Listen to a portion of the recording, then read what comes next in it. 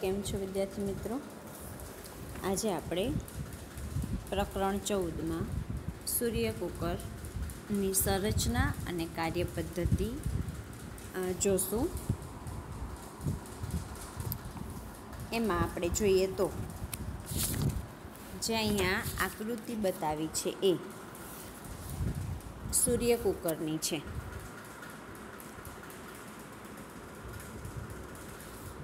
સૌથી પહેલાં આપણે એની કઈ રીતે કાર્ય કરે છે સૂર્ય કુકર.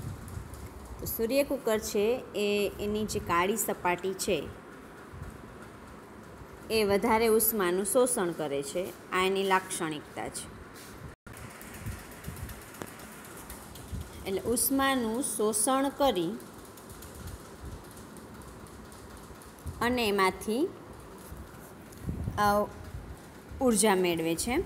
આ એનો સિદ્ધાંત અથવા તો એની લાક્ષણિકતા કહી શકાય. હવે આપણે એની રચના જોઈએ તો સૌથી પહેલાં તે અવાહક ધાતુની લાકડાની પેટી જેવી રચના ધરાવે છે, જે અંદરની સપાટી કાળા રંગથી રંગવામાં આવેલ છે. જે આપણે અહીંયા જોઈ શકીએ છીએ કે આ અંદરનો ભાગ છે એ કાળા રંગથી રંગેલો છે અને એ કાળી સપાટી છે, જેથી એ ઉષ્માનું શોષણ વધુ કરી શકે. પેટી પર કાચની જાડી તકતીનું ઢાંકણ હોય છે, જે આ દર્શાવે છે કે ઢાંકણ કાચનો જાડી તકતીવાળું ઢાંકણ હોય છે.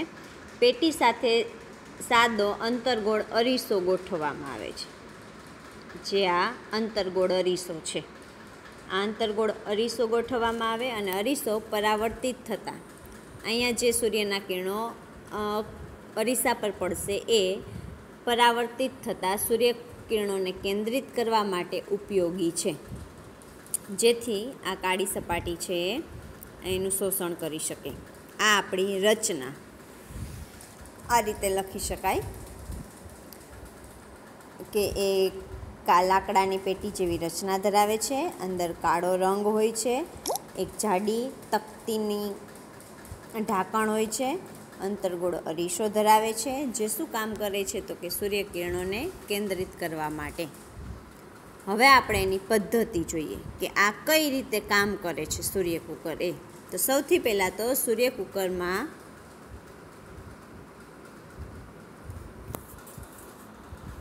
સૂર્યકિરણો પેટીમાં ઉષ્મા પરાવર્તિત કરે છે.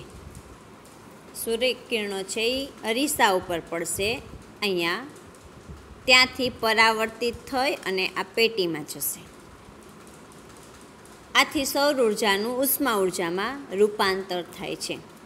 હવે અંદરની કાળા રંગની સપાટી જે છે એ ઉષ્માનું શોષણ વધુ કરે. તેથી એની અંદર જે આ ડબ્બા દેખાય છે એ ડબ્બામાં એની બહારની સપાટી પણ કાળા રંગની રંગેલી હોય છે, જેથી એ પણ ઉષ્માનું શોષણ વધુ કરે અને આ ડબ્બાની અંદર જે ખોરાક મૂકેલો હોય એ ધીમે ધીમે શું થશે? ગરમ થશે.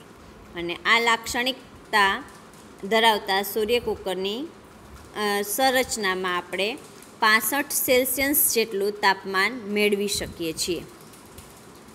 આમ આપણે આજે આ સૂર્ય કુકરની રચના અને તેની કાર્યપદ્ધતિ વિશે જોયું, જેને આપણે 3 માર્કમાં પ્રશ્ન પૂછાઈ શકે છે. એટલે વિદ્યાર્થી મિત્રો, તમે તમારી નોટબુકમાં લખી લેશો. આભાર.